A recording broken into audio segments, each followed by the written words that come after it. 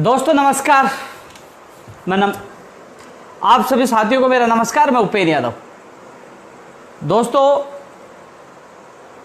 हालांकि जो फैसला लिया मैंने आप लोगों को अवगत कराया, मुझे भी दुख हुआ कि जिस संगठन को मैं 9 साल से लगातार सींच रहा हूँ खून पसीने से, लेकिन शायद करीब 1-1.5 साल पहले मैंने अवगत करा दिया था कि मैं जुलाई में इस्तीफा दूंगा। जो जा चुकी जुलाई, उस जुलाई में मैंने इस्तीफा दे दिया था, शायद 1 जुलाई की बात है।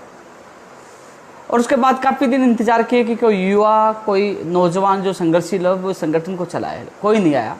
उसके बाद 4 मार्च को रविंद्र चौधरी को अध्यक्ष बनाया गया। और रविंद्र चौधरी को अध्यक्ष बनाने के बाद रविंद्र ने कहा कि मैं मामला इतना जानता नहीं, आप मुझे मार्गदर्शन के रूप में आप मेरा साथ देते रहे। तब मैं संयोजक, अस्थायी तौर पर मैं संयोजक बना था। पहली बार हमने अध्यक्ष के बाद संयोजक पद क्रिएट किया था। और अब वो लगातार संपर्क के साथ रहने कई चीज़ें वो जान चुका है। तो दोस्तों, मुझे पता है कि अभी भी नीचे कमेंट भर्तियों को लेकर आएंगे, लेकिन दोस्तों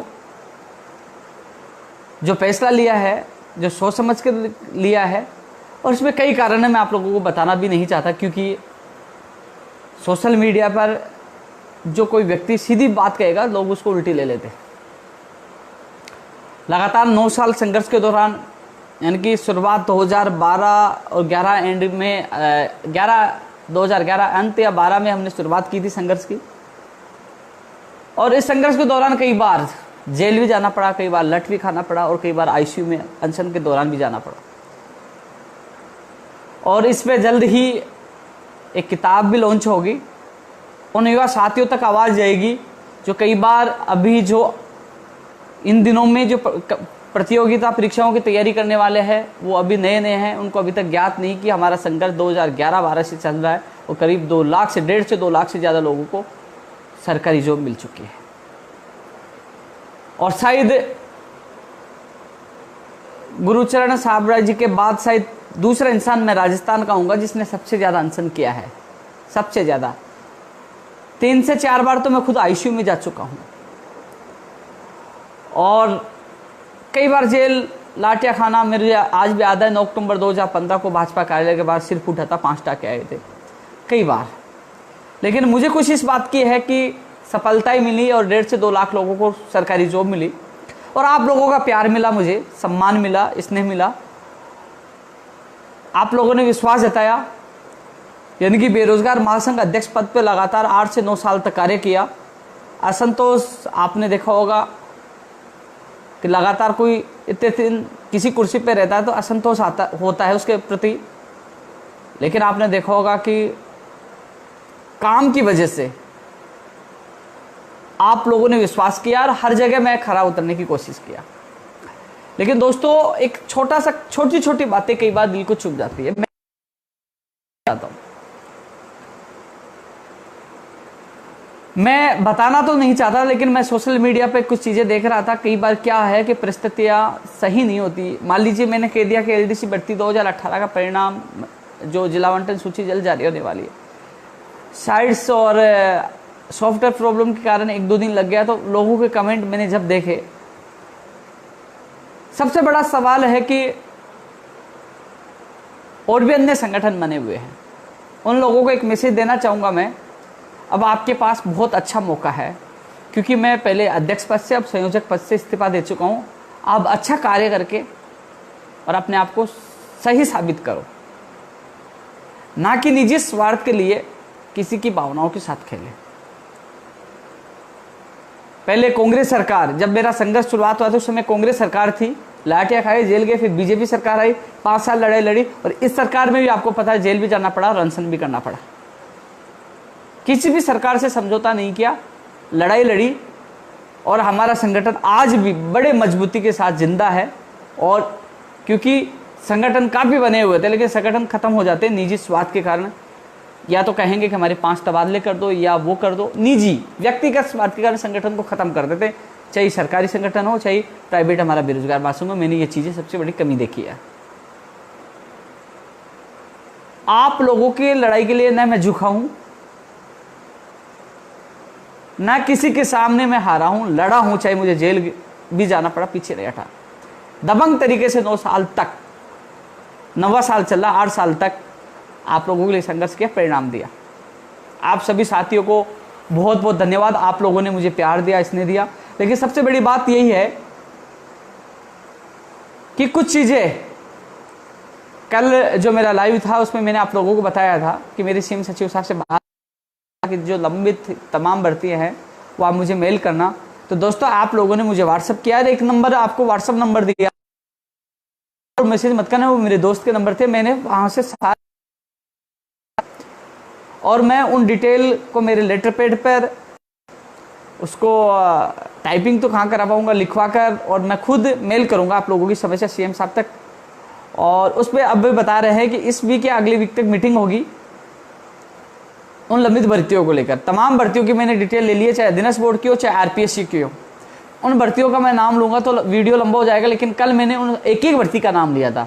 उन सभी भर्तियों को लेकर मैंने मेरी तरफ से जो आपने भेजा है, मैं मेरे रिलेटेड पेज पे उनको लिखकर और माननीय मुख्यमंत्री तक पहुंचाने का कार्य कर रहा हूँ। इसके अलावा जो दो चीज़ें और थी, जो कमरा किराया माफ वाला, कोचिंग वाला मामला, उसमें रविंद्र अभी गाँव गया हुआ है, हमारे अध्यक्ष जी आएंगे तो उनके नेतृत्व में आंदोलन होगा। आप सभी को सहयोग करना है कि वो मकान किराया माफ भी और कोचिंग फीस वाला मामला हल भी हो। मैं भी माननीय मुख्यमंत्री से मुलाकात करूंगा, क्योंकि अभी कोरोना की वजह से मुलाकात नहीं हो पाएगी।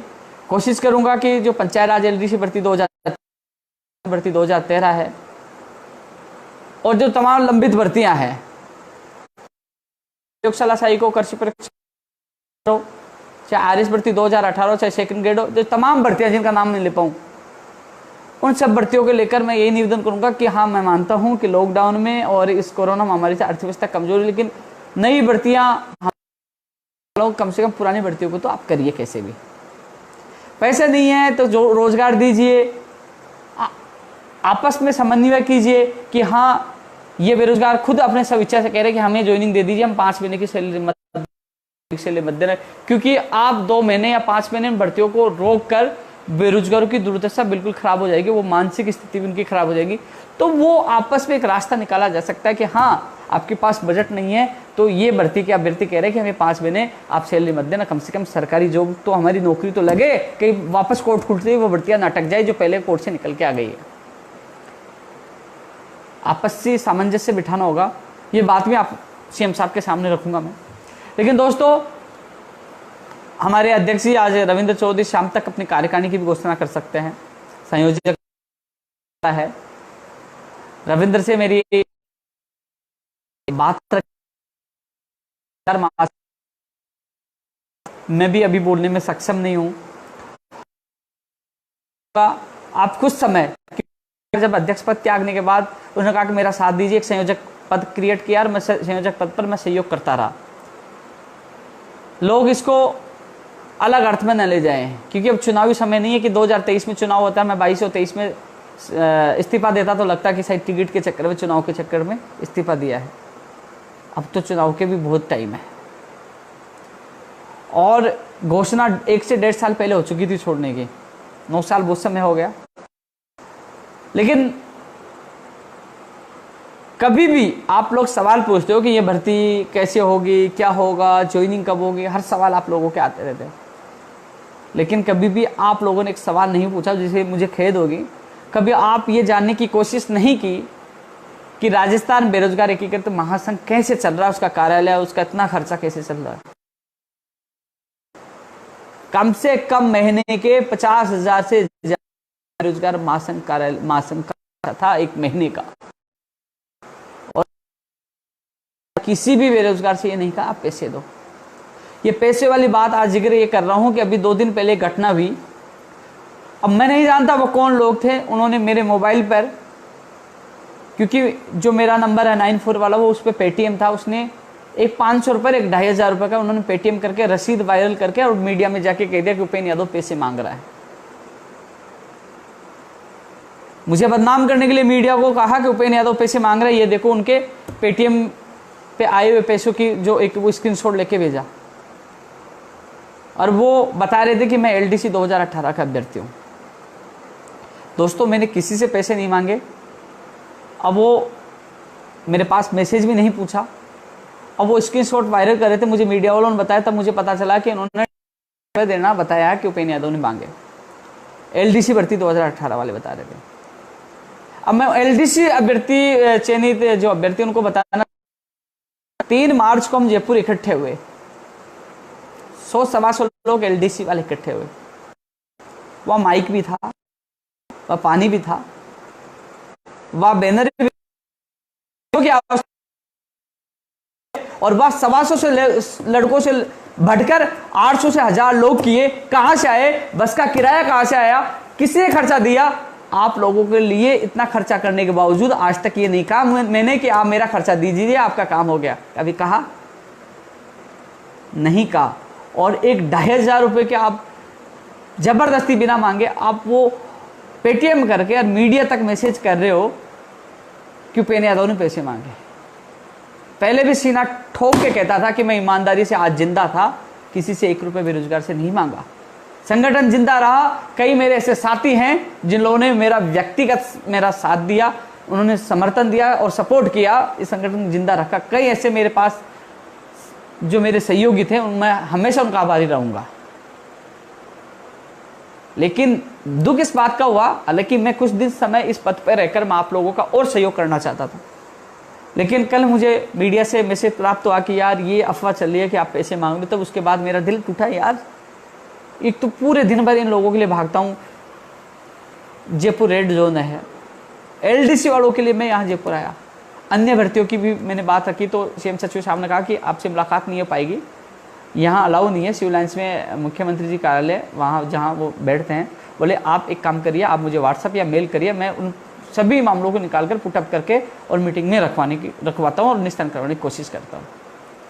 फिर आपको मैंने लाइव में बताया वो काम मैं करने में लगा हुआ हूँ, आपकी समस्या मैं वहाँ तक पहुँचाऊँगा। लेकिन मुझे दुख तब होता है कि मेरी ईमानदारी को कोई चैलेंज करे।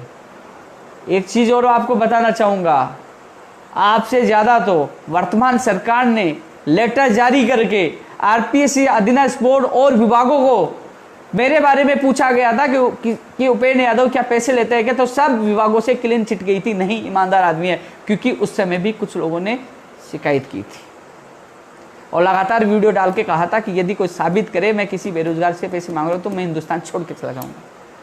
लेकिन पेटीएम करके उसको वायरल करके मीडिया भेजना एक तुच्छी हरकत है। यदि मुझसे अच्छा बनना है, बेस्ट बनना है तो मेरे से अच्छा काम करिए। मैं मौका दे रहा हूं आप लोगों को। इस संगठन को खून पसीने से मैंने सींचा था। मेरे अंदर जज्बा है, संघर्ष करने की हिम्मत रखता हूं, किसी के बाप से डरता नहीं हूं। चाहे मेरी जान चले जाए, पीछे हटने वाला व्यक्ति नहीं हूं। चाहे मुझे आईसीयू में जाना पड़े, मैं हॉस्पिटल उठ के नहीं आता, वहां जाना पड़ता है सरकार को भी। लेकिन जब कमेंट कर रहे थे, ये कर रहे थे, लेकिन जो साथी अब कह रहे हैं कि हम आपके साथ हैं, तब आप लोगों ने जवाब नहीं दिया। लेकिन आज इस बात की मुझे खुशी है कि प्रदेश के लाखों बेरोजगार जुड़े हुए हैं जो मुझे मान सम्मान देते हैं। उनके प्यार और मान सम्मान के लिए लगातार 1 जुलाई को इस्तीफा देने के बावजूद भी मैं काम कर रहा था और मैं आप लोगों को छोड़ के नहीं जा रहा। रविंद्र की जितनी सहायता होगी मैं उसको कोऑपरेट करूंगा, मार्गदर्शन उसको देता रहूंगा। लेकिन बात ऐसी है कि उन लोगों को मौका दिया जा रहा है जिन्होंने अभी करना चाहते हैं बेरोजगारों के लिए। तो आपको मौका है मेरे से बेहतरीन कार्य करके उनके दिलों में जगह बनाई। ये तुच्छ हरकत करके कि जो आप साजिश रच रहे हो, जिस तरीके से मीडिया में झूठी बात फैलवाना, तो आप आइए, काम करिए, और यदि आप काम नहीं कर पाए हाथ खड़े कर दीजिए, फिर ये लड़ाई हम वापस शुरू करेंगे। इसलिए और भी संगठन बने हैं दोस्तों, कई संगठन हैं, आप उनका साथ देना, वो आपको सपोर्ट करेंगे। मुझे विश्वास है कि वो आपके करने में अहम योगदान दिलाएंगे। और यदि मार्गदर्शन की आवश्यकता होगी तो मैं वो भी देने के लिए तैयार हूं। लेकिन प्रदेश के युवा बेरोजगार चाहिए। मुझे दुख है कि 2013 के 10,029 पद होगा। मुझे दिखा है रीट सीट के भर्ती 2018 की एक और सूची, 2016-17 संस्कृत विभाग की सूची। लेकिन मुख्य वो समय मांग रहे, जब भी मुलाकात होगी मैं आपकी बात मजबूती से रखूंगा। दूसरी बात दोस्तों, अभी एलडीसी भर्ती का जो जिला और विभाग आवंटन हुआ उसमें आपस में लोग लड़ रहे हैं। वास्तव में सिस्टम में इतनी गड़बड़ी हो गई है कि जिसकी नंबर अच्छे थे उसको विभाग और जिला उसकी इच्छा उसकी मेरिट के अनुसार नहीं मिला, और जिसके नंबर कम थे उसको अच्छा जिला मिला और अच्छा विभाग मिला। ये गड़बड़ी सामने आई है। लेकिन स्थिति यह है, मैं आपसे ये कहूंगा जो है उसको सहन कर लीजिए, नहीं भर्ती अटक जाएगी। और यदि शिकायत इतनी आ रही है, यदि ज्यादा शिकायत आते रही तो कहीं ना कहीं ये आपका रिजल्ट रिवाइज हो सकता है, क्योंकि इसमें कहीं नंबर जिसके ज्यादा नंबर है उसको इग्नोर किया गया है। लेकिन मैं यही चाहता हूं, इस समय नौकरी मिलना बड़ी मुश्किल है, जैसे भी मिले नौकरी लीजिए। बना रहे जल्द से जल्द नौकरी लेने की कोशिश करिए। मैं तो आप लोगों के चैलेंज को स्वीकार के मैं जयपुर आया और आपके आदेश करवाया। जो हो सका मैंने किया, आप लोगों से वादा किया था वो पूरा किया है, आपके आदेश करवा दिए हैं। इसके अलावा 2013 आरपीएससी वाले मामले में जो उनके आदेश होने थे वो आरपीएससी से उनके जो डॉक्यूमेंट नहीं आए हैं, अभी तक डॉक्यूमेंट नहीं पहुंचे हैं, इस कारण आपके आदेश नहीं हो पाए। मैंने आज सीएम सचिव साहब को फ़ोन किया था तो वो कह रहे कि कोशिश करें 1-2 दिन में, यानी कि इस वीक में आपका काम करवाने की, तो वो फॉर्म आएंगे, उसके बाद आपका आरपीएससी एलडीसी 2013 का काम हो पाएगा। लेकिन अब भर्तियों की चर्चा करूंगा तो नीचे बहुत कमेंट आने लग जाएंगे, लेकिन मैं इतना ही कहना चाहूँगा, आप सबका साथ मुझे बहुत अच्छा लगा। लेकिन अब उन लोगों का मेरा फर्ज भी बनता है उन लोगों को समय देने का जो चाहते हैं कि वो कुछ अच्छा करना चाहते हैं, वो उपेन्द्र यादव से भी अच्छा करना चाहते हैं। मैं उन लोगों को बेस्ट ऑफ लक बोलता हूँ, आप अच्छा करें और एक इतिहास बदलें और बेरोजगारों को सही समय पर रोजगार दिलाए, उनको न्याय दिलाने का काम करें। मैंने जो संघर्ष का 9वां साल चल रहा है उसमें हर बेरोजगार का साथ देने की कोशिश की है। आपने देखा होगा कि आज जैसे मैंने इस्तीफा देने की घोषणा की, कल वो घटना के बाद शायद अब मैं लाइव आ रहा हूं तो जिस प्रकार मैं दबंग तरीके से बोलता हूं, आज आपने देखा मैं झिझक रहा हूं, क्योंकि मेरा भी मन नहीं कर रहा, क्योंकि जिस संगठन को मैंने खून पसीने से सींचा है, भूखा रहा हूं, प्यासा रहा हूं, खूब लड़ाई लड़ी है, हर बेरोजगार की लड़ाई लड़ी है। लेकिन जो सपना था कि बाहरी राज्य का कोटा कम हो, परीक्षा भर्ती परीक्षा को कैलेंडर जारी हो, गलती करने वाले अधिकारी के खिलाफ कार्रवाई हो, तमाम वो चीजें सरकार के प्रोसेस में है। बाहरी राज्य वाले मामला परीक्षण चल रहा है, लेकिन जो मेरे साथी जो भी, चाहे रविंद्र है चाहे और अन्य संगठन लोग हैं, आप लोगों की इन आवाज़ उठाकर इसको पूरा करवाना है, ये आपकी जिम्मेदारी है। मैंने आपको यहाँ तक पहुँचा दिया है, मंजिल तक आप लोगों को पहुँचाने का काम करना है। दोस्तों, इस संगठन को चलाने के लिए कभी भी मैंने किसी से शिकायत नहीं की। जब मैं संघर्ष 2013 की भर्ती के लिए कर रहा था, सुप्रीम कोर्ट में केस लड़ा, लाखों रुपए खर्च हुए। एक समय यह हो गया था संगठन बंद होने की कगार पे आ गया था, कर्जा हो गया था, लेकिन किसी को एहसास नहीं करवाया। रविंद्र जो आज अध्यक्ष बना है वो मेरे हर संकट में साथ रहा। मेरे पास उसमें स्विफ्ट गाड़ी होती थी, गाड़ी को बेचा और फिर प्लेटिना गाड़ी ली, मोटरसाइकिल। 3-4 महीने तक मोटरसाइकिल पे काम किया। और 2013 वालों, हालांकि वो नौकरी कर रहे हैं, उनको सब कुछ जॉब मिल चुकी है और उनके 2 से 2.5 साल उनको जॉब करते हो गए हैं। उस दौरान मेरे 8 से 10 लाख रुपए खर्च हुए। उन्होंने वादा किया था कि हम देंगे, लेकिन नौकरी लगने के बाद वो शायद बिजी हो गए। मैंने कभी कहा भी नहीं, लेकिन ये चीज़ अंतिम आप लोगों को बोल रहा हूँ, उस समय भी मैंने संगठन को नहीं डूबने दिया था, नहीं ख़त्म होने दिया था। चाहे मुझे मेरी गाड़ी बेचनी पड़ी, चाहे मुझे मोटरसाइकिल पे आना पड़ा, लेकिन उस समय भी संगठन को बचाया। फिर ये चीज़ इसलिए बता रहा हूँ कि जो तुच्छ हरकत करते हैं ना, ईमानदारी पे सवाल उठाते हैं। चाहता तो मैं अपील करता कि मैं बेरोजगार संघ छोड़ इसलिए रहा हूँ कि संगठन की आर्थिक हालत ख़राब है, मैं कहाँ से कर्जा चुका हूँ, आप सहयोग करो, मैं संगठन चलाऊँगा, आपका सहयोग करूँगा, ऐसे मैं बात बोल सकता था। लेकिन नहीं, मैंने फैसला ले लिया छोड़ने का। जो मेरा फैसला अटल है, नए अध्यक्ष रविंद्र चौधरी जी रहेंगे, लेकिन यह है कि मैं नहीं चाहता कि कोई मेरी ईमानदारी पे सवाल उठाए। मुझे जो करना था मैंने किया। और रविंद्र जो एक आग्रह किया था, रविंद्र मैं आपके आग्रह को स्वीकारता हूँ। आप चाहते हो कि जब तक आपका कोई प्रवक्ता नहीं आए, क्योंकि कई बार चैनल पे जाना पड़ता है कि और भी पार्टियों के वहाँ प्रवक्ता होते हैं, तो वहाँ ये कह रहे हैं कि हम बोल नहीं पाएंगे, तो उस समय मुझे याद कर लेना। मैं उस समय आपकी तरफ से आपकी बात मजबूती से रखने के लिए प्रवक्ता के तौर पर मैं मीडिया में मैं आपकी बात रखने के लिए आ जाऊँगा। वहाँ मैं आपका पूरा सहयोग करूँगा, जहाँ मैं प्रवक्ता के तौर पर, ओनली प्रवक्ता के तौर पर मैं आपका सहयोग करूँगा। और एक आप सबसे मेरा एक निवेदन है कि मैं फेसबुक पर भर्तियों के अलावा कभी अपडेट नहीं देता था कुछ भी, क्योंकि मैं किसी दोस्त की शादी में जाके आया, किसी से मिलकर कई बार फोटो खींच लेता था। दोस्त कहते थे भाई इसको फेसबुक पर तो डालते ही नहीं हो। मैंने कहा मैं क्या डालूं यार, आपकी फ़ोटो डालूंगा कि मैं दोस्त से मिला या वहाँ प्रोग्राम में जाके, नीचे कमेंट भर्तियों के आते हैं। तो अब मैं बेरोजगार संघ का प्रदेश संयोजक पद छोड़ दिया है, नए अध्यक्ष आ गए हैं, नए संयोजक भी आने वाले हैं, तो मैं मेरे निजी जीवन के जो भी वहाँ पोस्ट साझा करूँ, लाइक या कमेंट करो या ना करो, लेकिन ये भर्तियों की बात मत डालना, क्योंकि अब मैं मेरी ज़िंदगी स्वतंत्र मज़े से जीना चाहता हूँ। क्योंकि 9 साल, क्योंकि जो मस्ती करने की उम्र होती है ना, हर युवा के सपने होते हैं मस्ती करने की, हाँ घूमे फिरे। मैं तो कहीं घूमने नहीं गया, घूमने गया हूँ या तो जेल गया हूँ या हॉस्पिटल मेंशन पे गया हूँ या लाठियाँ खाई हैं। मैंने तो पूरा मेरा जो घूमने के जो टाइम था, हर युवा का टाइम होता है ना घूमने का, मौज मस्ती करने का, वो टाइम तो मैंने जेल या धरना प्रदर्शन उसमें निकाल दी।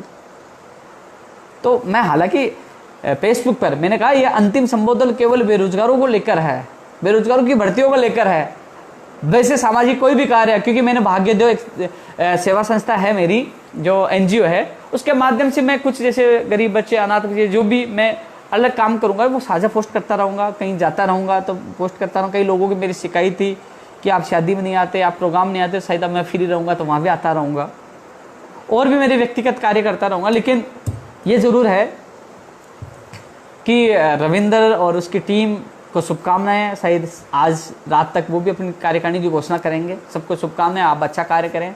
मैं आपको जितना भी सहयोग है मैं सहयोग देता रहूँगा। लेकिन यही है कि जो आप लोगों से कल मैंने डिटेल ली थी, सारी भर्तियों की डिटेल्स मेरे लेटर पैड पे, और मैं जल्द ही मेल कर दूँगा। वो मेरा अंतिम लेटर पैड होगा, लेटर पैड पे मेरा अंतिम ज्ञापन होगा आप लोगों का। आपकी बात मजबूती से रखूँगा।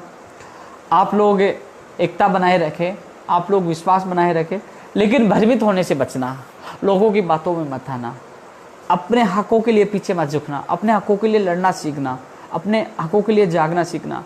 और आप जागे और लड़ना सीख गए तो आपके हकों का ऊपर कोई भी कुठाराघात नहीं कर पाएगा, कोई भी नहीं कर पाएगा। इसके अलावा दोस्तों क्या बताऊँ आप लोगों को, संगठन खून पसीने से सींचा तो मेरा भी मन नहीं करता कि राजस्थान बेरोजगार एकीकृत महासंघ से मेरा नाम जुड़ा हुआ था। हालांकि इसका संस्थापक और संरक्षक तो मैं ही हूँ, लेकिन अध्यक्ष जी और संयोजक और कार्यकारिणी बहुत है। हालांकि मैं समय समय पे जब भी इनसे मिलता रहूँगा तो मैं पूरा सहयोग करता रहूँगा, लेकिन मन नहीं कर आप लोगों को छोड़ने का, क्योंकि आपको भी शायद वीडियो देखने की आदत होगी कि मेरी भी आदत थी कि हाँ मैं पूरे दिन भर सुबह निकलता था, कभी अधीनस्थ बोर्ड, कभी सचिवालय, कभी हाई कोर्ट, सब अधिकारियों से मिलकर शाम को मैं लाइव आकर आपको कहता था दोस्तों ये हो रहा, क्योंकि मैं आप लोगों की पीड़ा दूर करना चाहता था। हाँ, अब रात को सही ढंग से सो पाओ। और मैंने ये भी देखा जब मैं गाँव में जाता हूँ तो मुझे ये भी देखा, या दूसरी सिटी में जाता हूँ, कि अभ्यर्थी नहीं उनके परिवार के परिजन भी मेरे वीडियो देखते थे। बड़ी खुशी होती है। और मैं अपने आप को सौभाग्यशाली मानता हूँ कि मैं किसी गरीब के काम आया, और कोशिश यही करूँगा कि यदि मैं खुद भी संगठन को पूरी आर्थिक सहायता करवाने की भी कोशिश करूँगा, क्योंकि रविंद्र की ये समस्या है कि मैं एक गरीब किसान का बेटा हूँ, वो तैयारी खुद कर रहे हैं, उसको परेशान मत करना। उसको आप परेशान मत करना। वो उसको अध्यक्ष बनने की कोई लालायत नहीं थी, वो अध्यक्ष बनने का उसका कोई स्वार्थ नहीं था, क्योंकि हमने जुलाई से लेकर और मार्च तक इंतजार किया, कोई अध्यक्ष के रूप में आए, कोई नहीं आया। तो उसको तो एक तरह से थोपा गया था, एक तरफ से रविंद्र को तो अध्यक्ष बनाया गया था कि कम से कम हमारा बेरोजगार महासंघ जिंदा रहे, सरकार की नजरों में जिंदा है, एक राजस्थान का नंबर 1 संगठन है, कम से कम आपसे जितना काम हो वो करना। जब उन्होंने मेरी बात नहीं टाली और उसको अध्यक्ष बनाया गया था, वो अभी गांव है, खेती का काम कर रहा है, लॉकडाउन खत्म होने के बाद वो जयपुर आएगा, वो जितना सहयोग होगा वो करेगा। ऐसा नहीं कि तुम कल उनको कहने लग जाओ कि आप अध्यक्ष बन गए, आप घर बैठे, आप कुछ नहीं कर रहे। वो तो मजबूरी में उसको तो पद दिया गया है, क्योंकि वो उसको इस राजनीति जो नेताओं की होती है, भर्तियों को लटकाना, उसको खुद को नफरत है, लेकिन वो कह रहा है कि भाई साहब आप सहयोग दोगे तो मैं पूरी कोशिश करूंगा। तो वो मैं उसका मार्गदर्शन करता रहूंगा, आपका वो सहयोग करता रहेगा, लेकिन उसके ऊपर आप कहीं गुस्सा निकालो, क्योंकि कोई नहीं आया तो संगठन को बचाने के लिए वो अध्यक्ष बना था। दोस्तों आप उसको कोऑपरेट करें, बहुत अच्छा लड़का है, मेरा छोटा भाई है एक तरह से, मैं भी कोऑपरेट करूंगा। लेकिन कई लोगों के मैंने कमेंट देखे हैं भर्तियों को लेकर, मैं वादा करता हूं मैं सीएम से मिलूंगा तो आपकी बात मजबूती से रखूंगा, हर भर्ती को लेकर हर चीज़ रखूंगा। और अभी मैं उन सारी आपकी भर्तियों को मेरे लेटर पेड पे मेल करके आपकी भर्तियों का निस्तारण कराने की कोशिश करूंगा। हर भर्ती का मैं नाम नहीं ले सकता। इसके अलावा मेरे साथी विपुल को बताना चाहूँगा। विपुल बता, किसी को कोई भाई का कोई कमेंट आ रहा हो स्पेशल? एग्जाम कौन थी बताइए, कोई कमेंट किसी?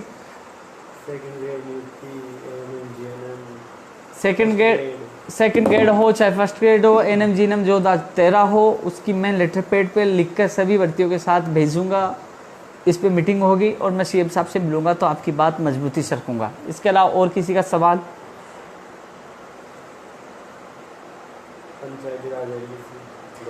पंचायत राज एलडीसी जो 10,029 पदों पे है, मुझे पता है सीएम साहब ने 4 मार्च को घोषणा भी की थी, लेकिन जितना सहयोग होगा मैं आप लोगों का भी करूंगा। जब मैंने कहा ना, लोगों को बता दिया था कि जब से मैं सीएम से मिलूंगा तो आपकी बात जरूर रखूंगा मैं। लैब असिस्टेंट का क्या है? लैब असिस्टेंट का जिला आवंटन होना बाकी है, नियुक्ति प्रक्रिया बाकी है। ये 4-5 भर्तियां है, कृषि प्रेक्षक है, महिला सुपरवाइजर, महिला आंगनबाड़ी है और आरएस वाली भर्ती का तो मामला, इसमें 4 भर्ती में एसटीएफ का मामला है। कोर्ट में जब भी सुनवाई होगी मैं कोशिश करूंगा कि इसमें अर्जेंट केस जो मेंशन करवाकर इन भर्तियों का निस्तारण करें, क्योंकि टिड्डी का प्रकोप भी आपने देखा होगा, मीडिया रिपोर्ट में ये कि टिड्डी का फिर से हमला हो सकता है, किसानों को नुकसान हो सकता है। तो इसका हवाला देते हुए अर्जेंट सुनवाई करवाने के लिए मैं निवेदन करूंगा कि जब, क्योंकि एक ही भर्ती का निस्तारण हो जाएगा तो चारों भर्तियों का रास्ता खुल जाएगा, क्योंकि एसटीएफ का मामला है और आरएस भर्ती वाले मामले में भी मैंने बात रख दी है एडवोकेट्स के सामने, सीएम सचिव साहब के सामने। एएसओ के बहुत मैसेज आ रहे हैं, केवल इसकी आपकी लिस्ट कृषि विभाग में बीच बनी है और नियुक्ति प्रक्रिया के आदेश बाकी है। और इस संबंध में मैंने कल कृषि मंत्री जी के पीए साहब को फ़ोन किया था, सुबह करना था, मैं भूल गया, आपने याद दिला दिया। लाइव कटने के बाद मैं बात जरूर करके आपको जरूर अवगत कराऊंगा कि क्या स्थिति है आपकी वर्तमान में। और